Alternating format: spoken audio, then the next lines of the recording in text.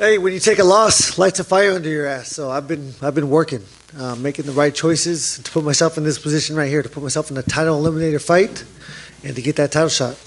Definitely. I mean, I know you said, like, after wars you like to take time off and things like that, but the title fight wasn't necessarily that. So, like, do you see the upside to this, though, and, like, taking a long break and resetting a little bit? Yeah, I mean, so I fight twice a year. I fought Tony in May and Habib in October. That's 2 fights in a 5-6 month time span. So I'm still going to, on average, fight, twice a year when it comes to my career. This there was a little bit, unclear path to what we were trying to do. With Habib retiring, Poirier taking the the title, the shot against McGregor for the money, which don't blame him at all. So yeah, it's just he kind of threw things into a little bit of a crazy little awkward thing. So yeah, here I am. Yeah, and to come back for this, I mean, a fight that a lot of people are looking forward to with Chandler, but in addition to having your 2 teammates fighting on the same card for titles, what is just the preparation, like the mentality as a whole being like going into this event? It's been great, man. Rose works out, then Kamaru, then me, and we all get to, take a little bit from each other because we show up early, watch some of that workout.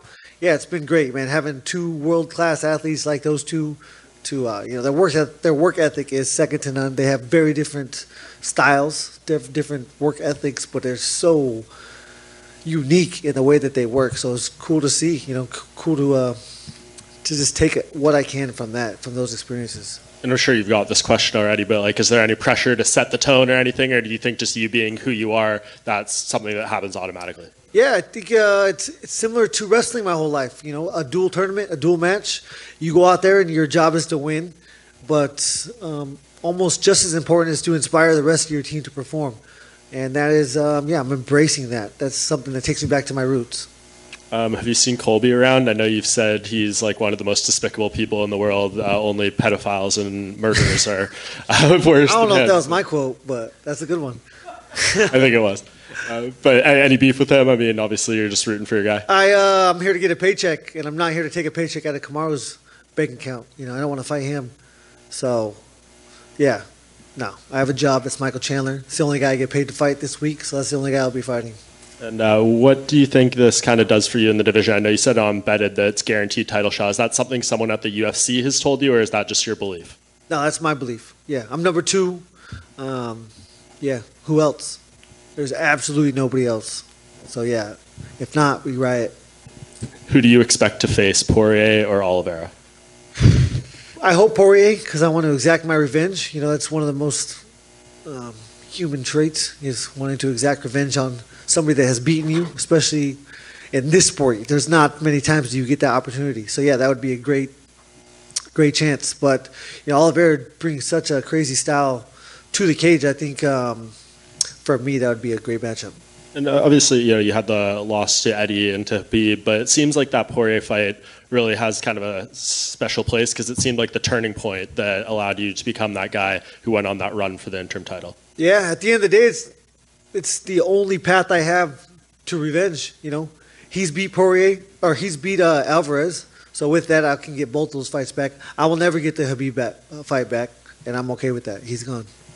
Justin, earlier Michael was out here and he was paying you respect. He said he really enjoyed you. He thinks you're one of the most fun guys to watch in the sport, but you haven't exactly been secret that he kind of gets on your nerves. I'm curious, has that sort of faded as you got close to the fight or gone high? Yeah, that was just in that one interview, yeah. I don't know the guy that well. I like the way he fights. There's not a lot of bad things that I could say. At the end of the day, he's trying to take everything from me. He's trying to take the money off my table. He's trying to take the opportunity off my table. He's trying to take my title shot. So yeah, I don't like him because of that. That's the only way that it's personal. I feel like when people look at this fight, they kind of expect it almost to be like turning on a blender and just having chaos for a little bit and then one of you walking out the winner. Is there a chance in your mind that it doesn't look like that? Yeah, I think so. I think,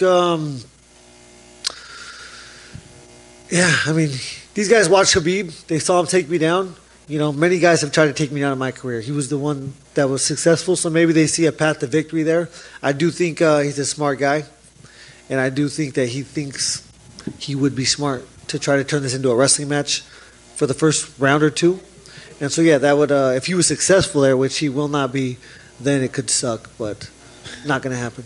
He said earlier that your leg kicks are obviously amazing, but he said your punches aren't that special. But obviously, in your last few fights, your punches have been pretty special. You put a lot of guys away. Are you surprised he has that attitude? Yeah, I have 22 fights, 19 knockouts, 22 wins, 19 knockouts. I've knocked him out with my hands, my legs. So yeah, whatever. That doesn't make any sense. Yeah, I knocked. No one had ever finished Barboza. I put him out cold. Same with a few other guys. So I don't know where that would come from. You mentioned the wrestling there. I'm curious what you made of Islam's performance the other day. Yeah, it was impressive. It sucks for Dan. A late replacement. He wasn't a guy coming off a full camp preparing for Islam. That's what that was. And following that, what did you make of Daniel Cormier's performance in the post-fight interview? It was incredibly biased. Yeah. Do you think that's going to be a problem coming up with these guys? As fighters retire and become commentators, they still have teammates in the sports. They're going to kind of find it harder and harder to put aside that bias? At the end of the day, I love Cormier. I don't, I felt it was my job that night to tweet and call it out because that's what I saw. Outside that, it doesn't matter. I think he knows that he should be in an unbiased mindset when he's doing this, and that probably, I would hope that that's important to him. Thank you. Justin, to your left over here.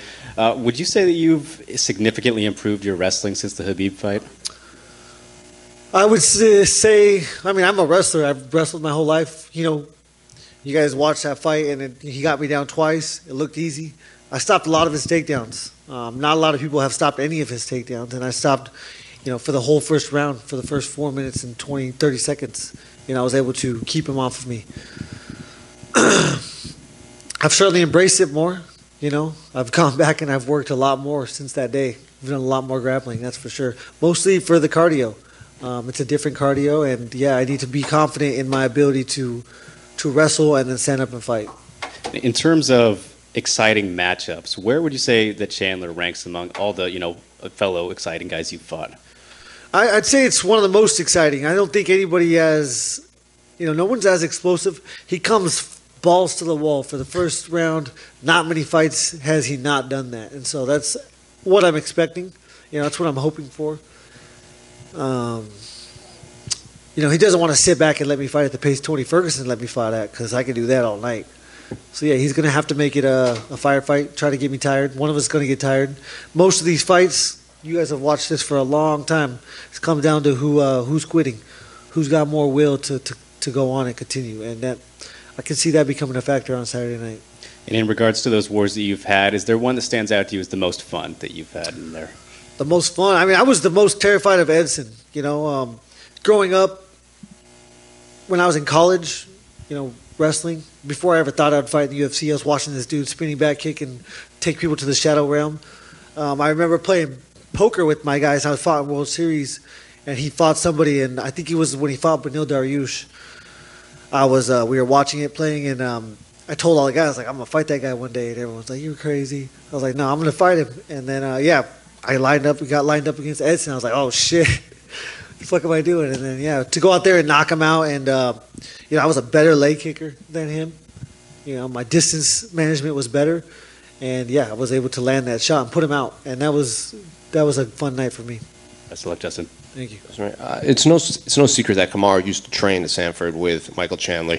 Michael was in here. He said he's still very friendly with Kamaru. He considers him a friend. He just happens to be your teammate now. But did you have to have a conversation with Kamaru about hey, I'm not looking for any secret sauce that Michael Chandler may bring? No, there's no such thing as secret sauce. You got to be perfect for this one's 15 minutes. Usually it's 25. The only thing we talked about when it comes to fighting is the fact that I've had about twice as many 5-round fights scheduled as Kamaru so far. So, yeah, I'd be a fool to try to take, I don't even know what the hell you call it, take advice from him to expect things that are going to happen. It's so fast. You're dealing with less than seconds and less than centimeters. So none of that matters. I have to be perfect, be my best self. And if he could beat that, then more props to him. Hey, Justin, right here.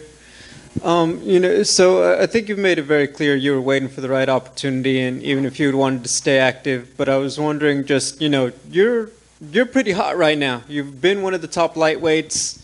Is there anywhere you're like, I didn't fight for a year. This is a year of my athletic prime and all that. In the fight game, was there any just like worry about that? Because that's a long time to be off at a time when you're at the top of the game. Yeah, no, not necessarily. There were things that needed to be corrected, and I needed time to do that. So, again, a loss like that will light a fire under any competitor's ass, and that's what it did for me. I went there and I started to work. So I think I needed it. Hired a nutritionist, a chef.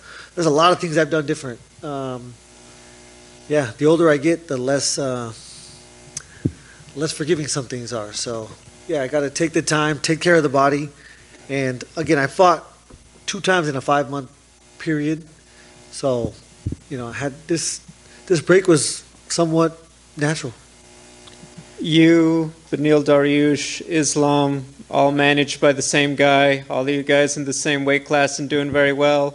What can you tell me about how Ali does approach you guys about sorting all that out? Because obviously you got to do your thing, but, there's almost like a conflict a bit. Yeah, I've never talked to him about it. Never brought it up. Never had it brought up to me. He works for me and he works for them, but they're different businesses. So yeah, he needs to run each one accordingly. Yeah, I don't know. If I would have seen him being like, yeah, DC, I agree, then yeah, I would probably been pretty fucking pissed off. But he knows that wouldn't be the professional thing to do. He's a great manager. He's a professional. And loyalty runs a long ways. And I've probably been with him the longest. So we'll see. We'll see how this goes. I'm number 2. He's Benil's number 3. I love that dude. Islam's number 5. Like that dude. Hey, he wins. You get a title shot. Who? You win. Oh, I know that. Yeah, exactly. Or we riot, and he's right next to me rioting. So it is what it is. I trust that. I trust that if I was to get snubbed this time, that he would go to war with me like we need to. 100%. Nice jacket. Thank you. Justin over here on your right. So you had a few after the Poirier loss, which was only the second loss. Obviously, he's not going to as well. You changed quite a bit defensively in how you seem to approach fights. So it was a lot more educated in terms of not just walking through the strikes to land your own, but to evade and to obviously still hit the opponent. Can you talk more about some of the changes you made after that fight to where you are now?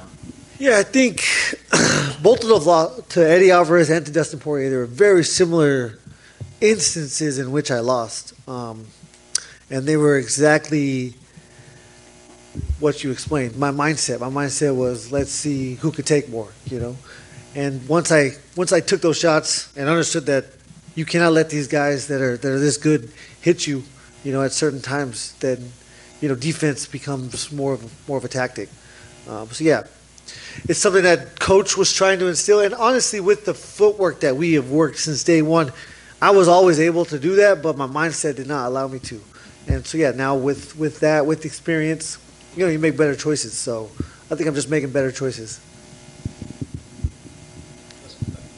Hey, Justin, you keep saying it lit a fire under you after the loss to Khabib. Do you ever think about, the months after, will he retire or come back, or was he just retiring in the ring and then he'll come back? Do you ever think about if he did, would you want that rematch? Does it weigh a lot on your mind, that loss to Khabib? And do you think a win here would put that behind you for good? I mean, that's a lot of ifs. He did retire, so yeah, the ability to move on is much easier. If he was still here, would I want to fight him? Still, absolutely, but that's just not the case. And this is the most important fight in my career right now. With this, I get a title shot in the fight to be the number 1 dude in the world at 155, and that's all that matters. Okay, and Eddie Alvarez predicting that you will knock out Chandler in this. What's your prediction for the fight? I don't know. Someone's getting 50,000. I don't know if both of us or one of us, but someone will. Justin over here on your right. So we've heard you say a lot this week that you're going to get a title shot if you win this fight. And even Michael Chandler said he had his doubts about that. He didn't know if the UFC told you that specifically, or if you assumed that in your own head. Has the UFC given you any indication that you'll get a title shot, or your manager, Ali? If he's talking about himself, then I could see that. I mean, even if he wins, they probably won't give him a title shot. I could see that, but that's just because it was perfect. The only reason he got the first one was perfect timing. Perfect timing. But yeah, I don't know. I think I already said it. If I don't get the shot, we riot. We go to war. I have to be biased when it comes to this, and I'm not going to be around here for much longer. So if I was to get snubbed again, yeah, I have to do something about it. Whether that's cause a ruckus, but I'll just let my manager do his job. I got the best manager in the game, so he knows. We all know what's supposed to happen if I get this win on Saturday night, and so hopefully you all riot with me. All right, thanks, Justin.